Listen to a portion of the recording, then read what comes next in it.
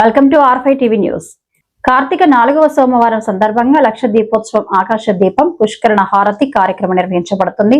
శ్రీ స్వామి అమ్మవార్ల ఉత్సవమూర్తులకు విశేష పూజాధికాలు దశహారతులు సమర్పించబడతాయి.